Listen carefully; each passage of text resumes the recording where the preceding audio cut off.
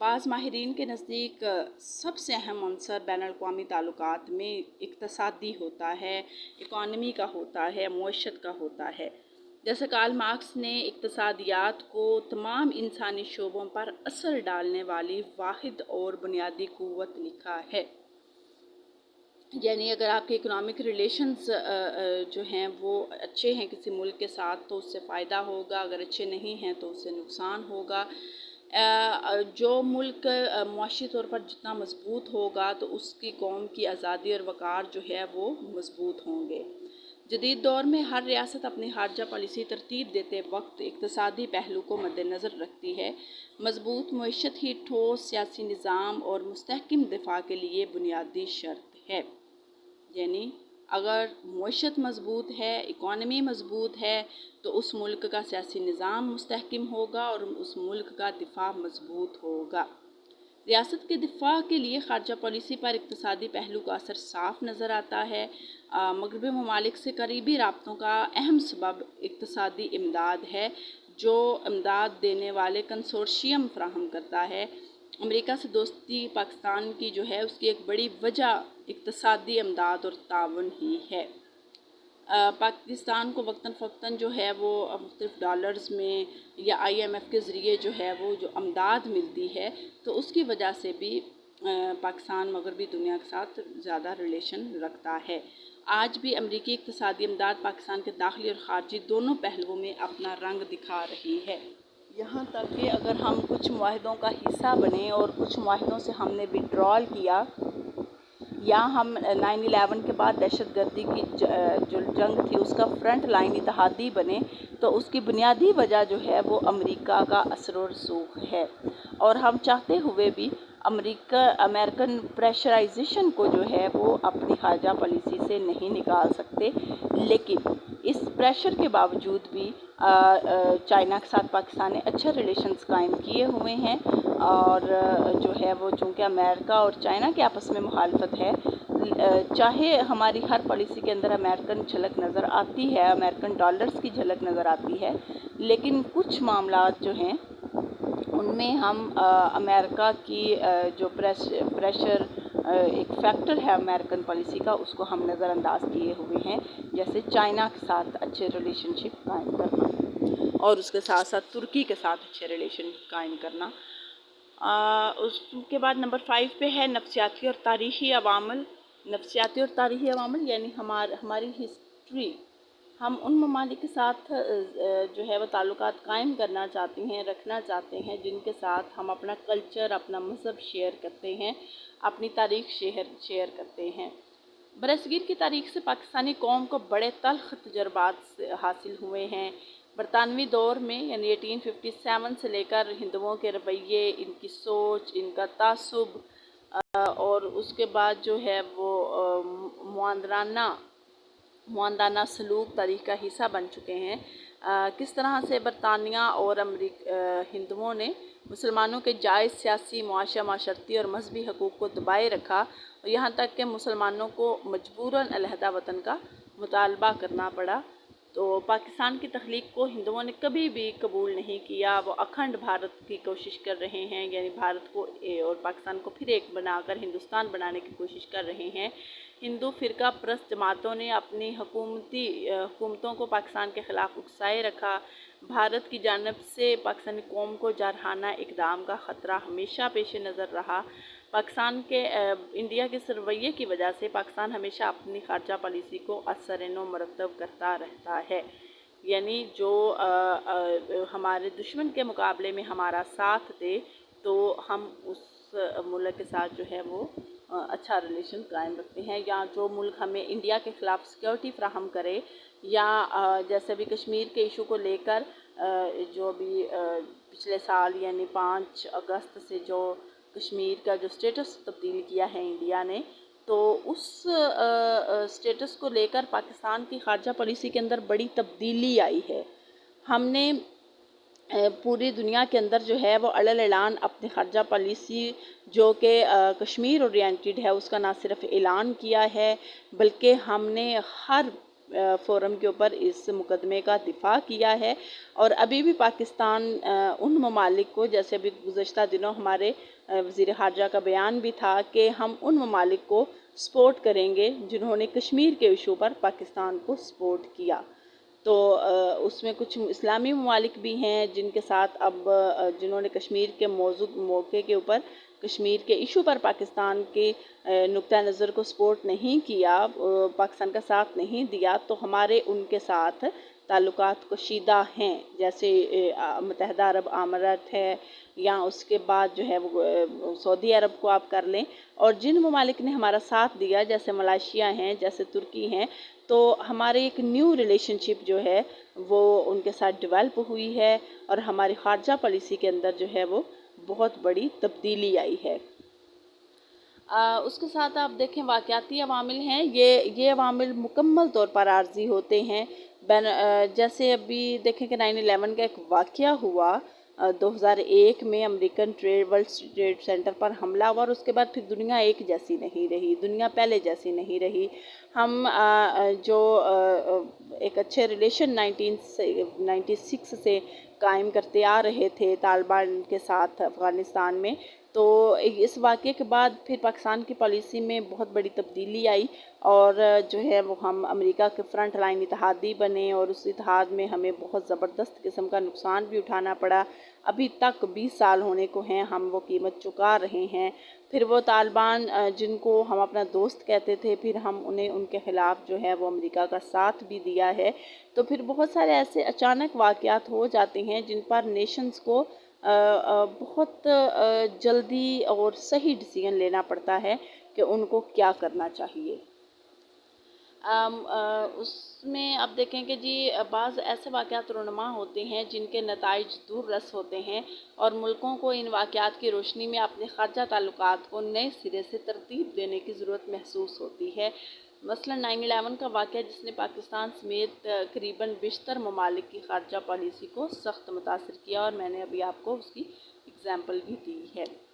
تو اگلا جو ہمارا ٹاپک ہے وہ ہے کہ جی پاکستان کی خارجہ پالیسی کے نمایاں خد و حال کیا ہیں.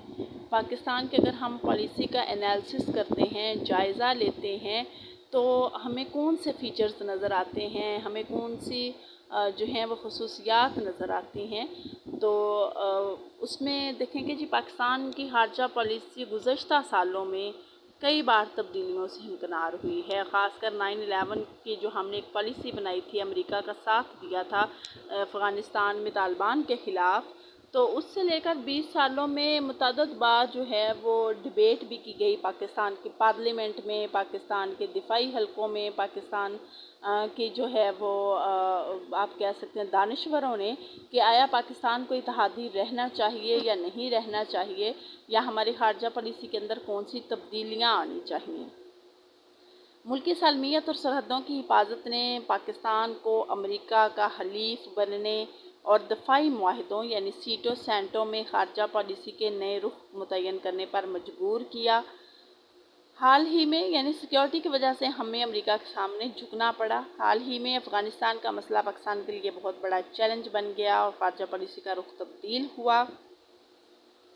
موجودہ خارجہ پالیسی کے جو نمایاں خد و حال ہیں وہ یہ ہیں. نمبر 1 پہ ہے آزاد اور خود مختار خارجہ پالیسی.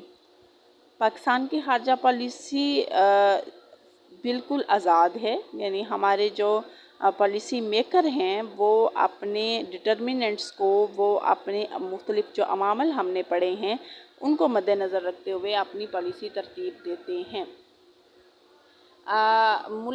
مملکت کی سالمیت یعنی پاکستان کی جو ہے وہ تحفظ، معاشی خوشحالی اور نظریاتی جغرافیائی سرحدوں کی حفاظت کو سامنے رکھتے ہوئے پالیسی تشکیل دی گئی ہے.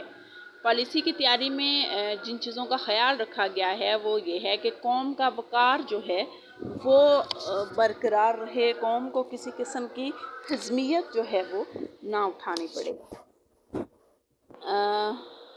حقیقت پسندی کا مظاہرہ کرتے ہوئے پاکستان نے مغربی بلاکس 1954-55 میں اختیار کیا.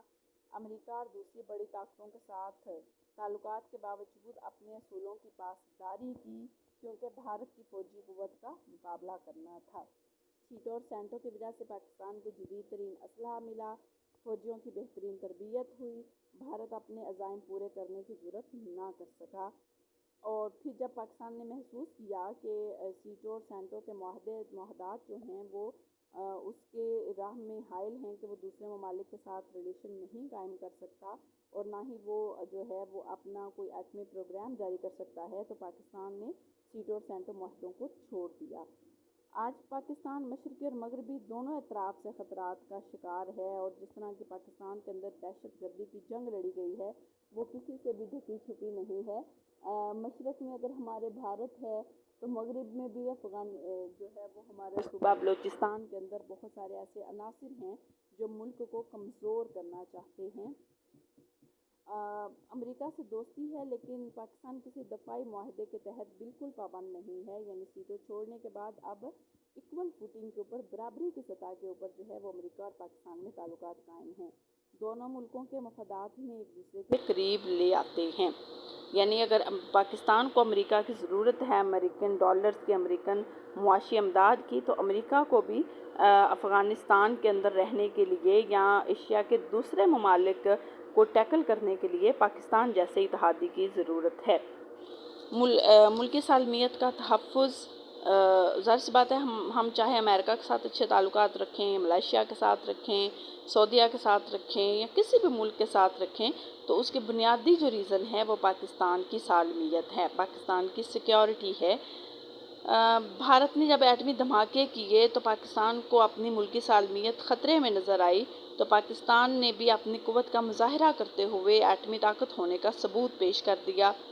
بھارتی حملے سے محفوظ رہنے کے لیے حکومت ہر ممکن قدم اٹھا رہی ہے اور دفاعی پہلوؤں کو جو ہے وہ قطعاً کوتاہی نہیں برت رہی۔ پاکستان اقوام متحدہ کا چارٹر کا پابند ہے اور طاقت کے بے جا استعمال کے خلاف عالمی مہم میں شریک ہے۔ پاکستان جیو اور جینے دو کی پالیسی پر گامزن ہے، یعنی ہم چاہتے ہیں کہ اگر اسلحہ یا ایٹمی طاقت جو ہے وہ ہر ملک کا بنیادی حق ہے کہ وہ رکھے، لیکن پرامن مقاصد کے لیے ان کو استعمال کرے۔ اس کے بعد جو ہے وہ اقوام متحدہ سے تعاون، پاکستان کا دستور حکومت کو پابند کرتا ہے کہ وہ عالمی امن کے قیام کے لیے اقوام متحدہ کے ساتھ جو ہے وہ اپنا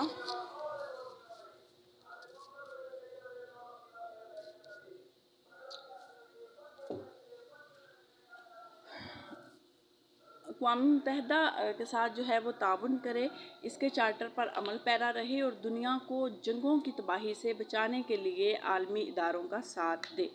اقوام متحدہ نے جب بھی پاکستان کو دنیا کے مختلف ممالک اور علاقوں میں امن کے قیام کے لیے اپنی فوج بھیجنے کی درخواست کی تو پاکستان نے فوراً اس پر عمل کیا۔ آج بھی پاک فوج کے دستے مختلف ممالک میں اقوام متحدہ کی نگرانی میں اپنے فرائض ادا کر رہے ہیں۔ ریاست جموں کشمیر کے حوالے سے پاک بھارت جنگیں ہوئیں اور اقوام متحدہ جنگ بندی کراتی رہی اور پاکستان نے ہمیشہ UN کے فیصلوں کا احترام کیا، یہاں تک کہ ہم نے کشمیر کے ایشو کو بھی جو ہے وہ اقوام متحدہ میں پیش کیا، یا اقوام متحدہ کے جو فیصلے ہیں جیسے کشمیر کے اندر جو ہے وہ استصواب رائے کروانا، ریفرینڈم کروانا، تو وہ ہم نے سارے فیصلے تسلیم کیے ہیں۔ حق خود ارادیت کی حمایت کرنا، حق خود ارادیت یعنی ہر نیشن کا یہ حق ہے کہ وہ اپنے اصولوں کے مطابق اپنی قوم جو ہے وہ زندگی گزارے، وہ بالکل بیرونی اور اندرونی طور پر کسی بھی دباؤ سے آزاد ہوں۔ پاکستان خارجہ پالیسی میں قوموں کے حق خود ارادیت کے تحفظ کے بنیادی اصول کو تسلیم کیا ہوا ہے، جیسے 1948 میں قائد اعظم نے فرمایا تھا کہ پاکستان دنیا کی تمام مظلوم قوموں کے حقوق کی بحالی کے لیے کوشاں رہے گا، اور پاکستان اس کی عملی مثال بھی دی، جیسے الجزائر، فلسطین، ویتنام، کوریا، کشمیر، بوسنیا، قبرص، کموچیا، ایریٹریا، زمبابوے اور دیگر قوموں کے حق خود ارادیت اور ان کی آزادی کے لیے پاکستان نے اقوام متحدہ کے اندر اور باہر بڑا ایکٹیو رول ادا کیا ہے۔ ویتنام میں امریکی افواج کی موجودگی کے خلاف مہم میں پاکستان پوری طرح شریک رہا۔ افغانستان میں روسی افواج داخل ہوئیں تو عتاب سے ڈرے بغیر پاکستان نے روس کے خلاف علی اعلان افغان مجاہدین کی جو ہے وہ مدد کی۔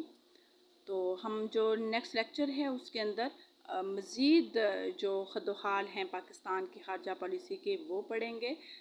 اپنا خیال رکھیے گا۔ اللہ حافظ۔